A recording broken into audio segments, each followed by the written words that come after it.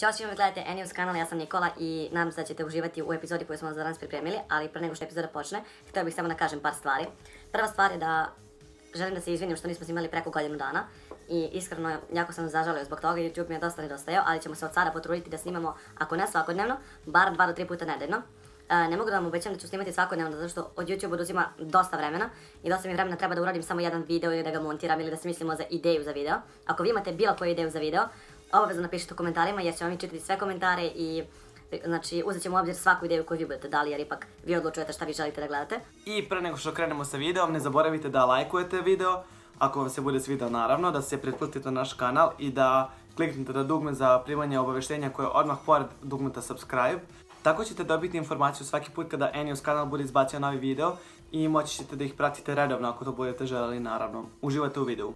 Ćao svima, ja sam Nikola, kao što sam rekao pre par sekundi u videu koji ste gledali malo pre, odnosno u ovom istom videu, ali u drugom dijelu ovog videa, nije ni bitno. Kao što vidite po naslovu videa, danas radimo 5 vrsta laži koje smo svi bar jednom izgovorili. Ovako, da malo bolje raznosim ovo pre nego što video počne. Izdvojili smo 5 vrsta laži, odnosno 5 osoba koje mi često lažemo, a svesno ili nesvesno svi smo to bar jednom u životu uradili. Znači, ne želim da vam kažem koje su to osobe, to ćete vidjeti u videu. A nakon toga vidimo se u sljedećoj epizodi, uživajte u videu. Ćao! Mamice! Pa mogu predajte šta je sada?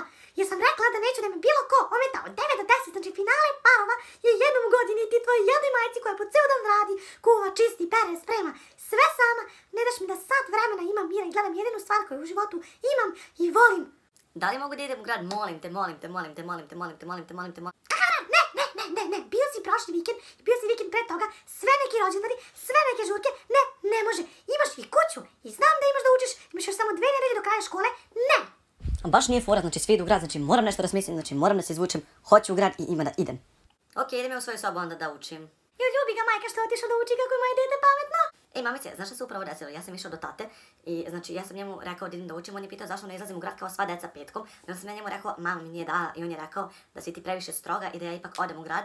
I stvarno je to rekao i ja idem da se spremim sad i da brzo izađem pa ti posle pričaj sa njim, a pre toga mi samo daj šta da obučem da bih ja što pre otišla. Tvoj otac, znači dobro, idi u grad, nemoj više mi se obraćaš ni za šta, od sada ne postoji, znači pitaj oca za ručak, pitaj oca za sve se on pita, znači porazgovarat ću s njim čim ti budeš otišao, znači ne mogu više da izdržim, znači ja se u ovoj kući ništa ne pitam, moj autoritet je 0 i ne mogu više, ajde odlazi da gledam moje parove, ne mogu više da slušam ni tebe, ni tvog oca.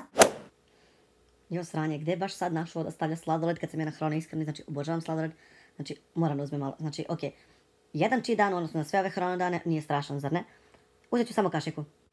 To je to, znači samo jedna kašika. Fak koliko ovo malo, znači ne, uzet ću bar normalniju kašiku kad već uzimam samo jednu. To je to, znači naješću se pošteno.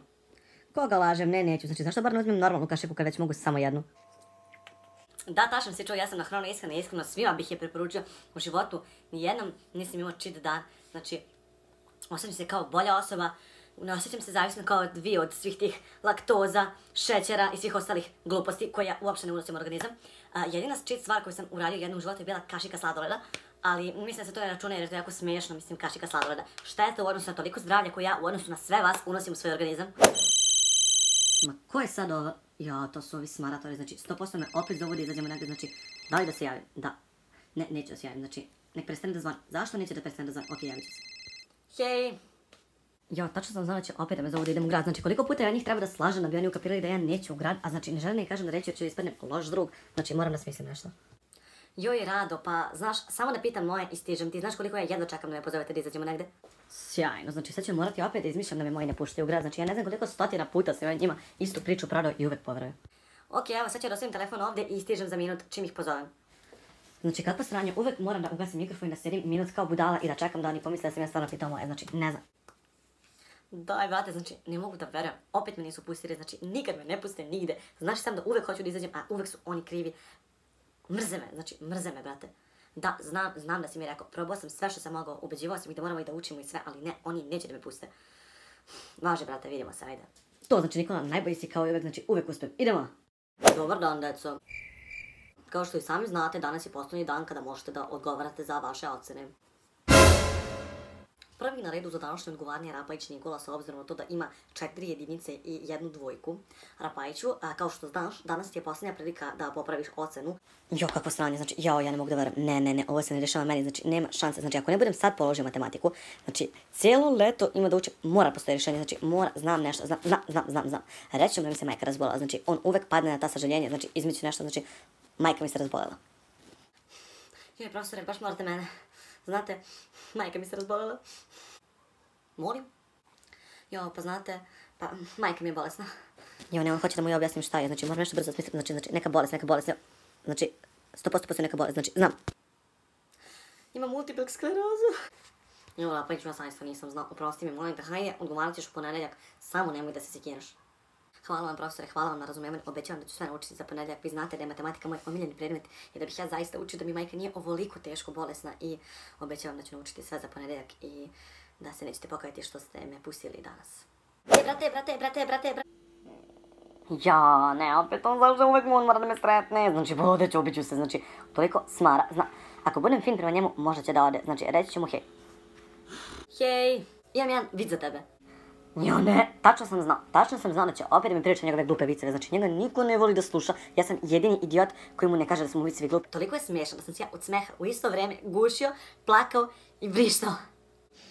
Prosto savršeno, znači verujem da je on jedina osoba koja se zapravo smela tom vicu i da se ni osoba koja je izmislila taj vic nije smela njemu osim ako to nije ovaj ovdje, znači, a ne bi me ni to čudilo. Stvarno, pa pričaj, šta čekaš?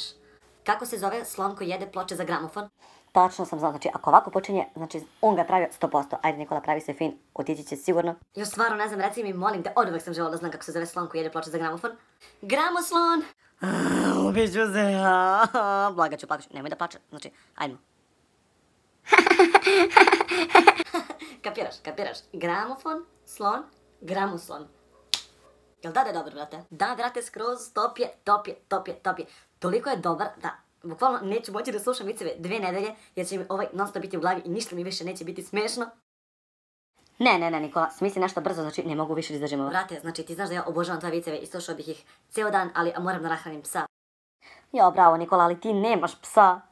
Da, ti znaš da ja nemam psa, ne svog psa, ja nemam psa, ja tebe uopšte ne lažem da ja moram da radim nešto, moram da napravim psa svoje komšike jer je ona na letovanju u Grčkoj, njemu je polomljena noga i on ne može sam sebi da donese hranu iz džaka, ja moram da je sipam, izvini, molim te brate, ali ti znaš koliko ja volim životinje i koliko mi je taj pas važan. Okej, važi, vidimo se. Jo, hvala ti Bože, hvala ti, znači da je bio još minut tu, ja bih se ubio bih se, znači od sada ću ići u crkvu, molit ću se Bogu, neću više lažem ljude i sva ostala sranja koja treba da se kažu kad udariš nešto, znači hvala. Ej da Bože, dok si još tu, znači treba mi jedan iPhone, bio sam dobar cijele godine i sam znam što, znam da me gledaš. Bože, gdje si, Bože, hej, zašto me kuliraš, Bože? To bi bilo to za današnji video, ako vam se video svideo, naravno lajkujte video, šerujte ga da bi ostali ljudi mogli da vide taj video, ako vam je on bio zanimljiv i mislite da i ostali treba da ga vide, pretplatite se na naš kanal, kliknite na dugme za obaveštenje i ako želite zapratite me na Instagramu. Na Instagramu sam upisan kao Rapajić Official, stavit ću negdje ovdje to i vidimo se u sljedećem videu.